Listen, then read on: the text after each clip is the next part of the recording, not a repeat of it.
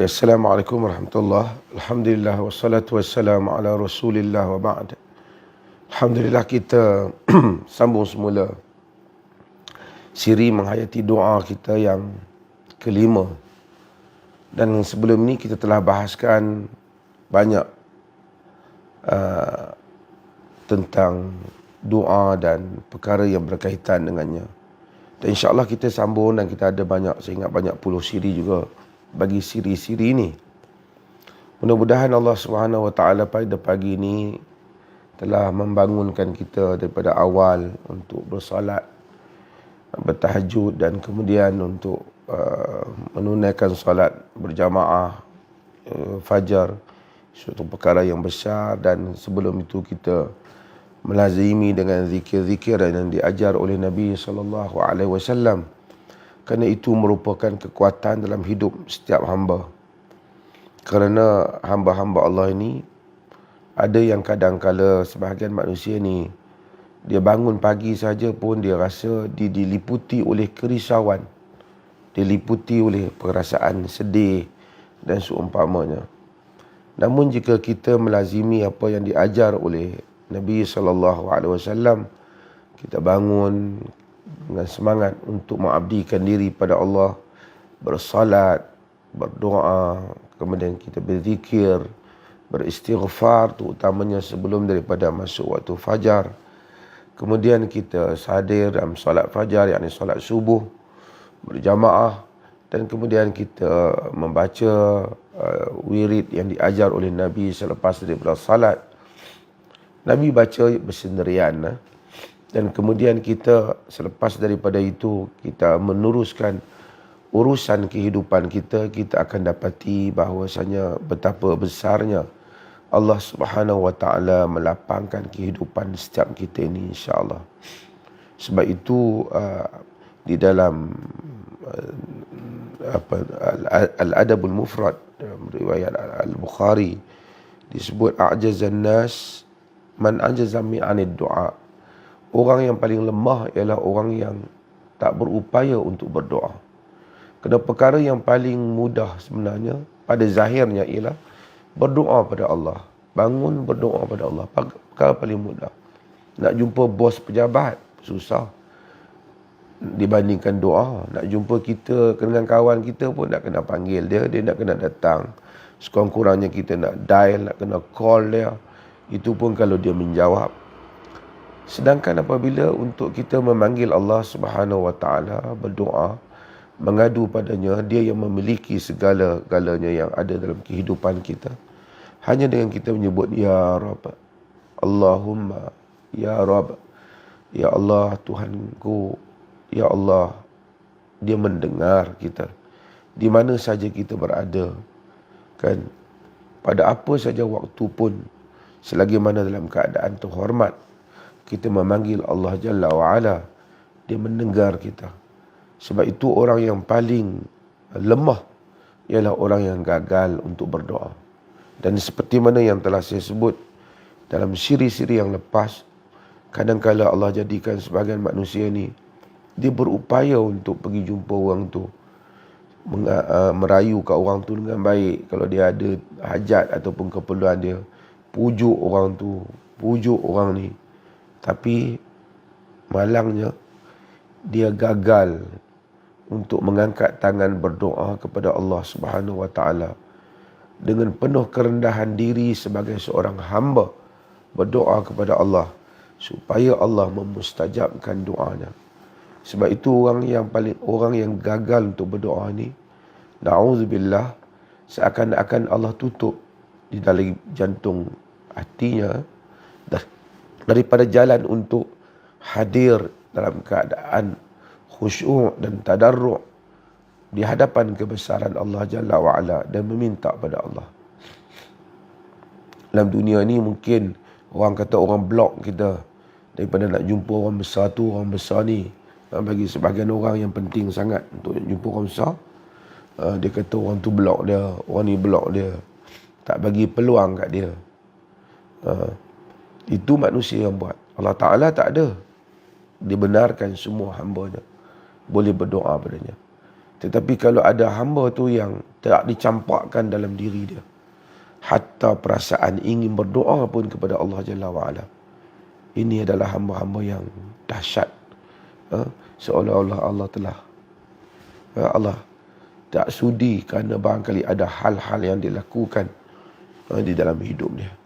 Sebab itu kita istighfar dan mohon keampunan pada Allah, supaya Allah sentiasa mencampakkan dalam diri kita terasa dekat dengan Allah setiap kali kita berdoa kepadanya.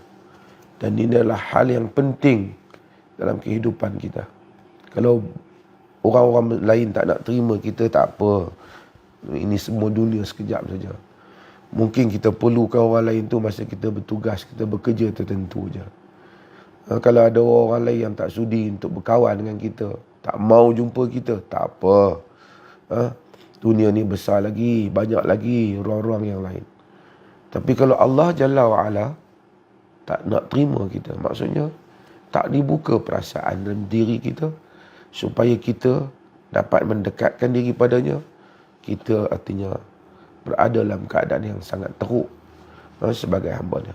Kita boleh muhasabah diri kita sendiri di dalam hal ini untuk lihat adakah kita benar-benar diterima oleh Allah Ta'ala untuk menjadi orang yang mendekatinya. Ni tak perlu ustaz, tak perlu tok syekh, tak perlu apa nak pergi tanya. Kita hubungan dengan Allah Ta'ala dan mengetahui bagaimana Allah itu terasa dekat ataupun jauh daripada kita apabila kita berdoa kepadanya. Sidang penonton yang dirahmati Allah, saya nak masuk perkara yang paling utama sekali dalam doa. Perkara yang paling utama dalam semua tajuk nak doa ni ialah al-ikhlasu lillah fi doa. Ikhlas kepada Allah Ta'ala di dalam doa. Maksudnya kita hanya memanggilnya. Ikhlas ni khalis, Arab kata. Khalis ni clean, pure, bersih. Tak ada bercampur dalam doa kita tu dengan ingatan kita pada yang lain. Kita hanya panggil Allah. Dan kita ketika panggil itu benar-benar kita mengharapkan hanya Dia. Inilah dimaksudkan ikhlas. Kerana apa? Ikhlas sangat penting. Kerana ini adalah usul kepada penerimaan doa yang paling besar yang disebut di dalam Al-Quran dan dalam sunnah Nabi SAW. Sebab itu Allah kata, fad'ullaha mukhlisina lahuddin walau karihal kafirun. Dalam surah Ghafir. Fad'ullaha mukhlisina lahuddin. Doalah kepada Allah di dalam kamu, dalam keadaan kamu ikhlas hanya baginya agama. Walau karihal kafirun, sekalipun orang kafir membenci kamu. Yakni ikhlas, solid ketika kita doa, tak ada siapa-siapa. Sesiapa yang betul-betul dia minta pada Allah dalam keadaan ikhlas, Allah Ta'ala mustajabkan doa dia. Hatta kalau orang tu na'udzubillah kufur pun pada Allah, tapi kalau time dia berdoa, dia tak ada siapa-siapa dah, betul-betul dia harap pada Allah, tak mustahil Allah terima doa dia. Ini kerana di dalam surah Al-Ankabut umpamanya, Allah Ta'ala sebut tentang orang-orang yang musyrikin ini. فَإِذَا رَكِبُوا فِي الْفُلْكِ دَعُوا اللَّهَ مُخْلِصِينَ لَهُ الدِّينَ. Apabila فَإِذَا رَكِبُوا فِي الْفُلْكِ, apabila mereka menaiki bahtera. Orang dulu naik kenderaan, naik bahtera. Sampai sekarang pun naik bahtera di laut. دَعُوا اللَّهَ مُخْلِصِينَ لَهُ الدِّينَ. Mereka doa pada Allah keadaan ikhlas kepadanya agama. Falamma najahum ilal bar. Tetapi bila Allah Ta'ala najahum ilal bar, apabila Allah Ta'ala selamatkan mereka sampai ke darat, idahum yusyrikun. Mereka kemudiannya mensyirikkan Allah. Maksudnya mereka hanya ikhlas ketika itu saja, kerana dah tak ada apa. Bila balik ke darat, mula panggil selain pada Allah Ta'ala, menyekutukan Allah Subhanahu Wa Ta'ala. Tapi ayat ni nak cerita Allah Ta'ala selamatkan mereka. Walaupun itu keadaan mereka, kerana ketika mereka berdoa pada Allah itu mukhlisina lahuddin. Ikhlas semata-mata kepadanya agama. Doa mustajab. Doa mustajab. Sebab itu antara benda yang ditempelak oleh Al-Quran. Seperti mana yang Allah Ta'ala sebut dalam surah Fatir. Itu orang-orang yang menyekutukan Allah dalam doa. Ramai orang menyekutukan Allah dalam doa. Bahkan majoriti manusia ini menyekutukan Allah di dalam doa mereka apabila mereka menjadikan selain daripada Allah sebagai turut memanggil selain daripada Allah. Sebagian mereka tu panggil Nabi-Nabi. Jesus help me. Dia tak pergi Ya Allah help me. Jesus help me. Itu sekutu Allah, dia kata kerana Jesus dekat. Yang sebahagian tu panggil wali, tolonglah aku. Wali sekian, bila dia dalam keadaan tu bukan panggil Allah, dia pergi wahai wali sekian panggil.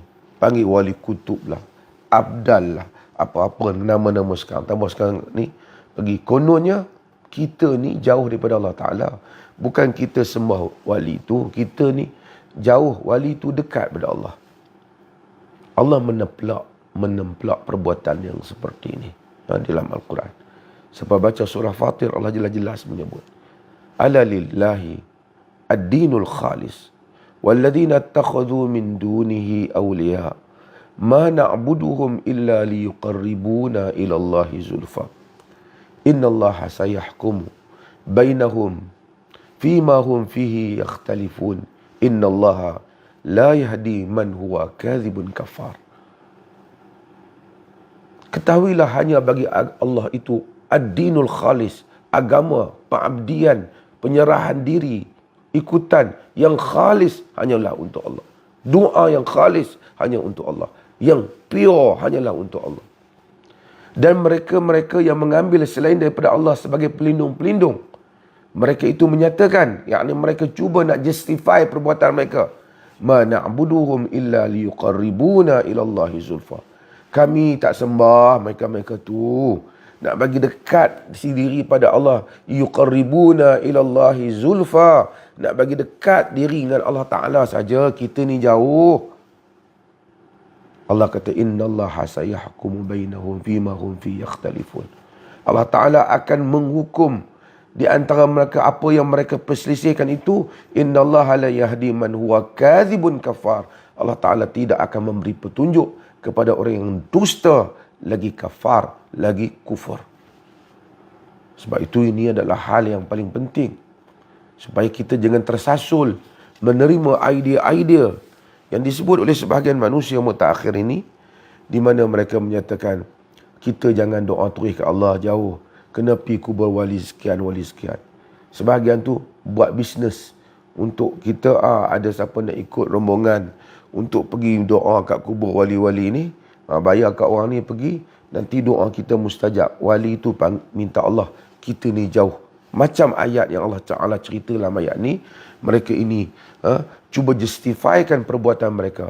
Walladzina takhadhu min duni awliya ma na'buduhum illa liyuqarribuna ila Allahi zulfa. Mereka yang mengambil selain daripada Allah Ta'ala sebagai pelindung-pelindung, mereka kata kami tak sembah pun. Kami nak bagi dekat diri dengan Allah Ta'ala saja, kita jauh. Mereka ni wali-wali. Mereka ni sebagai tu Nabi. Allah kata, innallaha sayahkumu bainahum fima hum fihi yakhtalifun innallaha la yahdi man huwa kadhibun kafar. Allah Ta'ala tak akan bagi petunjuk kepada siapa yang pendusta lagi kufur.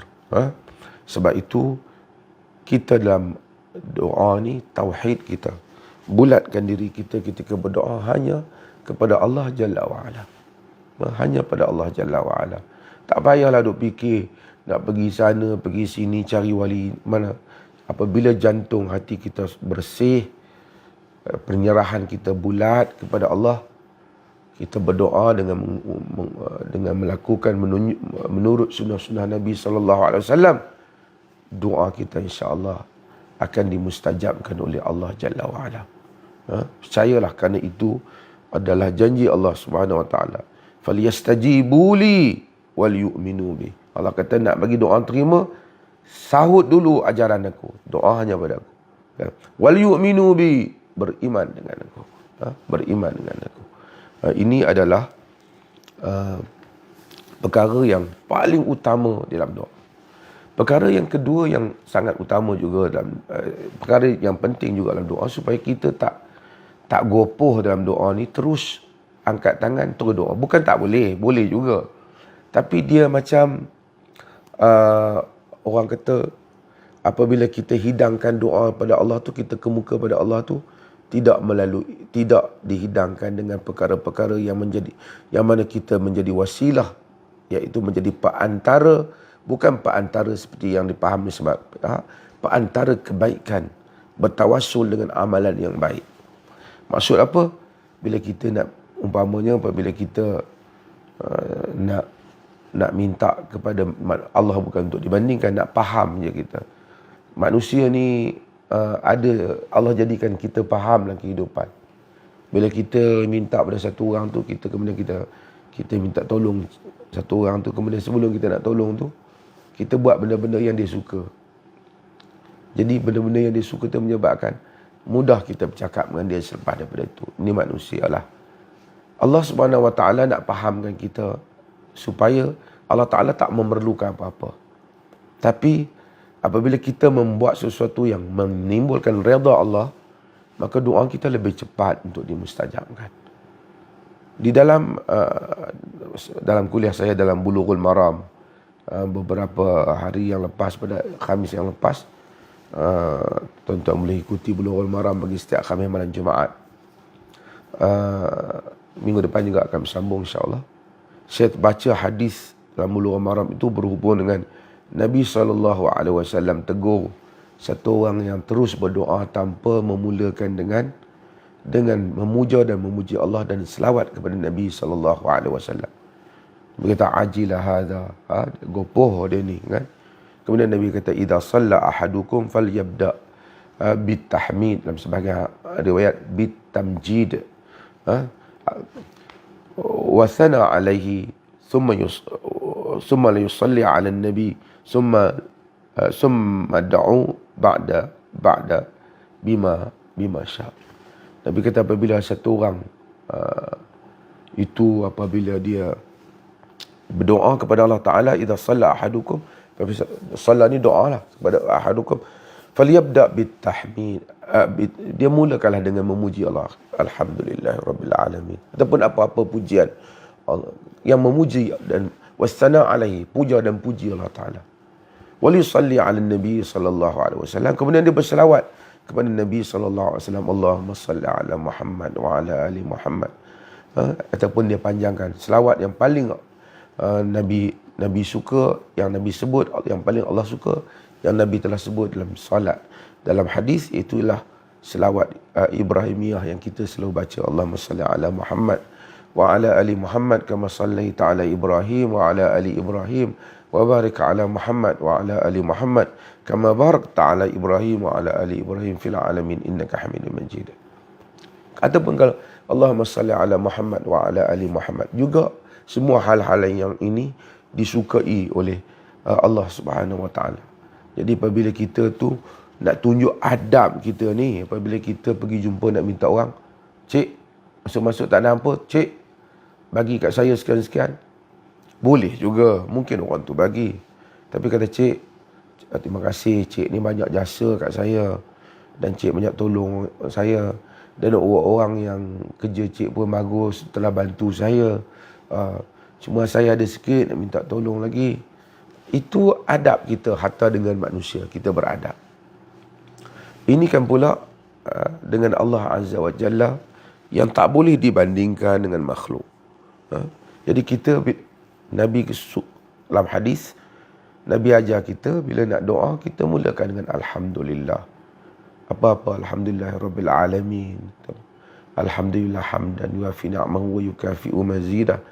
Semua puji dan puja Allah. Apabila kita puji dan puja Allah ni bukan sekadar di mulut. Dah kira aku baca dah Alhamdulillah tadi.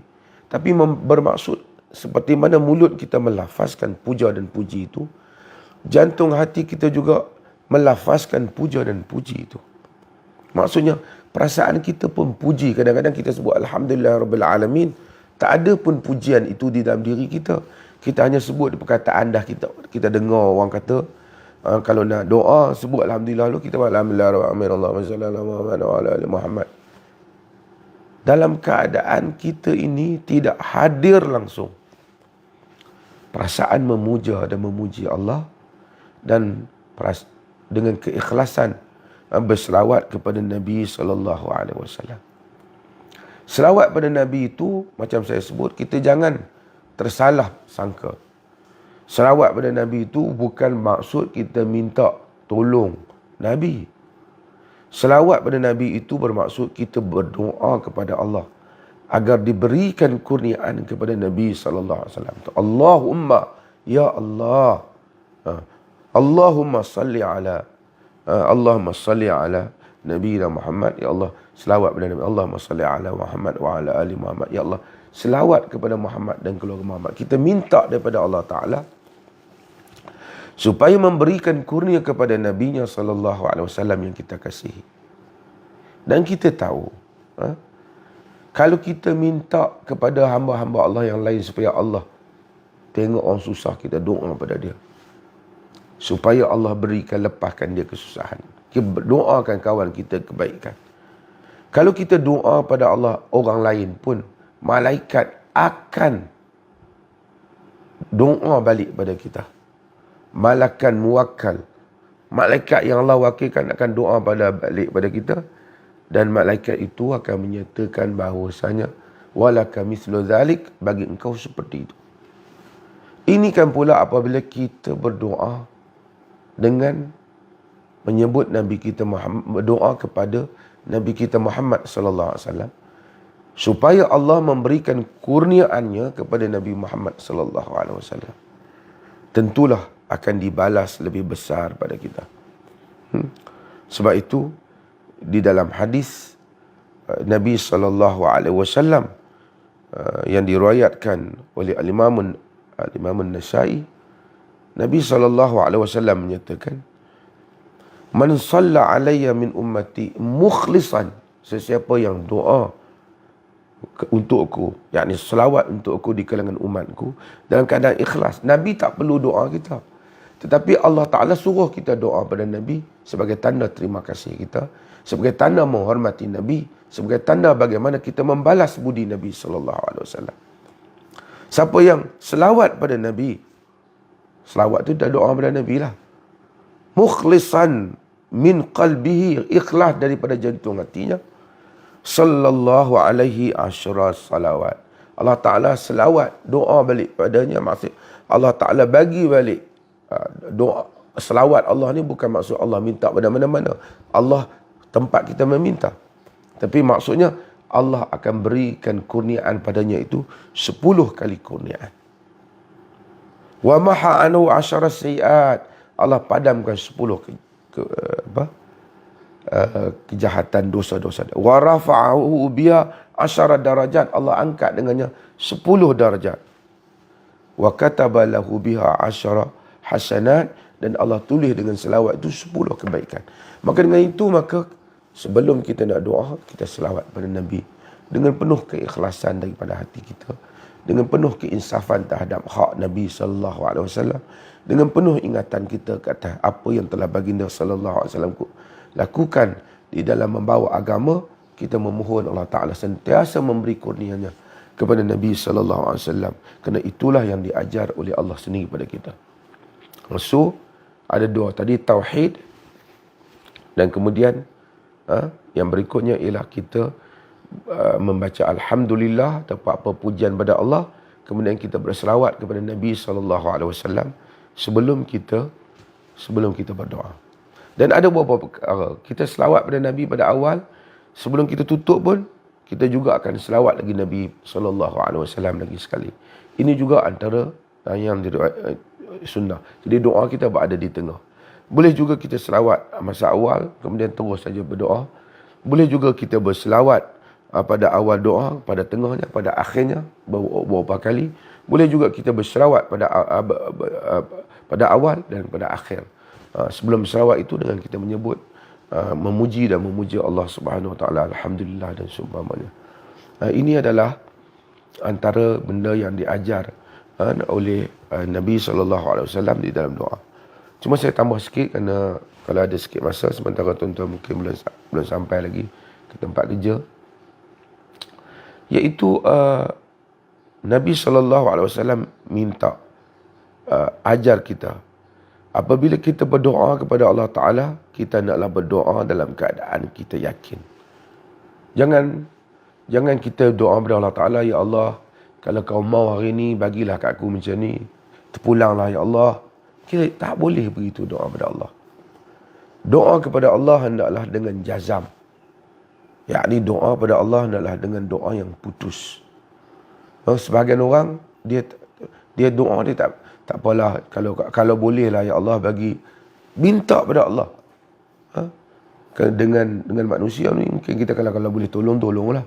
Manusia begitu, Allah Ta'ala tak ada demikian. Nabi SAW ajar dalam hadis, idza da'a ahadukum falyajzim falyajzimil mas'alah. Apabila seorang kamu berdoa secara jazam, secara putus, wala yaqul Allahumma in syi'ta fa'tini fa inna Allaha la mustakrah lahu. Allah Ta'ala ni jangan kata bahawasanya Allah, kalau Allah mau, Allah bagilah kat aku. Kerana Allah Ta'ala tidak ada siapa pun yang dapat memaksa Allah Ta'ala. Allah Ta'ala tak ada siapa boleh paksa Tuhan. Jadi Allah Ta'ala memang boleh bagi apa saja. Minta dengan putus kepada Allah Jalla wa'ala. Itu hadis yang diriwayatkan oleh Imam Al-Bukhari, diriwayatkan juga oleh Imam Muslim. Jadi kita bila minta pada Allah, putus. Ya Allah, berikanlah padaku. Dengan santun, dengan hormat, dengan penuh adab pada Allah. Dengan antara yang tak adab tu, yang kita tak nampak, yang ada dalam diri kita, kita tak yakin, tak tahulah, try pergilah doa, Allah Ta'ala terima ke tak. Itu menyebabkan doa tak diterima. Kalau dia nak bagilah, tak bagi aku nak buat macam mana. Itu sangka buruk kita dengan Allah. Sebab itu dalam hadis yang diriwayatkan oleh Imam Tirmizi, saya selalu baca hadis ni, ud'ullah wa antum muqinuna bil ijabah. Doalah pada Allah dalam keadaan kamu yakin doa kamu diterima oleh Allah. Wa antum muqinuna bil ijabah. Kamu yakin doa kamu diterima oleh Allah. Kerana orang yang tak yakin doa dia diterima oleh Allah, memang Allah Ta'ala tak terima doa dia. Kerana ana inda dhanni abdi bi. Dalam hadis Muslim tu, aku bersama dengan sangkaan hamba-Ku denganku. Sebab tu dengar pada siri yang lepas, saya dah sebut bagaimana cara Allah SWT memustajabkan doa hamba-hambanya. Bagaimana Allah memustajabkan doa hamba-hambanya. Yakin Allah mesti akan terima, kerana itu adalah janji dia. Cuma bagaimana Allah itu menghadirkan doa itu kepada kita, itu kerana mempunyai berbagai-bagai rupa dan warna di atas kebijaksanaan Allah Ta'ala. Dan hadis tadi, hadis Muslim itu, Nabi SAW sebut lagi, Nabi kata, wa'alamu anna Allah la yastajibu du'a min qalbin lahin ghafil. Ketahuilah sesungguhnya Allah Ta'ala tidak akan menerima doa daripada jantung hati yang ghafil. Tu orang utara kata ghaflah. Ghafil ni tak ingat apa. Lahin, sia-sia. Macam orang doa, amin, amin. Dia tak ada ingat apa. Macam ataupun kita amin doa orang, kita pun tak tahu apa, tunggu doa habis. Tak ada kehadiran, perasaan, kerendahan diri ketika meminta. Minta pun orang kata doa lah pada Allah Ta'ala. Dia pun doa, ya Allah, terimalah, ya Allah. Ini semua doa yang tak mustajab. Nabi bagi tahu. Sama juga kadang-kadang orang minta kita tolong doa kat dia. Kita doa sungguh-sungguh lah. Dan orang minta kita doa. Kadang-kadang doa ke anak saya kita, dah ambil syarat doa. Kita pun baca. Sedangkan perasaan diri kita ini, dalaman diri kita ni tak berdoa pun pada Allah Ta'ala. Sekadar doa. Mudah-mudahan insyaAllah sembuh. Macam kita pergi ziarah orang sakit. Dah kita tahu dalam sunnah kita ziarah orang sakit, kita doa pada dia supaya dia sembuh. Kita pun kata, insyaAllah, ya Allah bagi sembuh. Tahurun insyaAllah. Sembuhlah wahai Allah Ta'ala. Tahur insyaAllah. Sembuh insyaAllah. Sedangkan ketika kita sebut perkataan itu, dalam diri kita tak ada pun mendoakan kepada si fulan itu supaya dia sembuh. Jadi taklah jadi doa, kerana doa ni dalam keadaan muqinuna bil ijabah, yakin Allah Ta'ala terima. Doa itu hendaklah dalam keadaan jantung hati yang sentiasa rendah diri dan harap Allah terima doa. Sebab tu kadang-kadang kita nak suruh orang berdoa, bukan syok-syok, hang doa lah. Dia kata, hang doa lah. Dia tak apa mau doa kita. Macam mana kita nak suruh dia doa? Kalau dia doa, maksud doa tu bukan setakat bacaan yang didengari di telinga kita ini. Tetapi doa adalah sesuatu yang mana kita baca ataupun kita ungkapkan dengan penuh perasaan mengharapkan Allah Subhanahu Wa Taala menerima doa tersebut. Mudah-mudahan Allah Subhanahu Wa Taala menerima segala harapan kita dan doa kita, dan insya-Allah pada besok kita akan sambung lagi ataupun siri-siri kita ini. Semoga Allah Ta'ala merahmati kita semua dan dijadikan doa-doa kita mustajab. Ada banyak siri dalam siri ini. Mudah-mudahan tuan-tuan semua perempuan bersabar supaya segala perkara yang berkaitan dengan fiqh doa ni dapat kita pelajari bersama dan kemudian disampaikan juga kepada orang lain supaya orang lain pun juga dapat berdoa kepada Allah Ta'ala dan Allah Ta'ala menerima doa kita semua insya-Allah. Sekian, wassalamualaikum warahmatullahi wabarakatuh.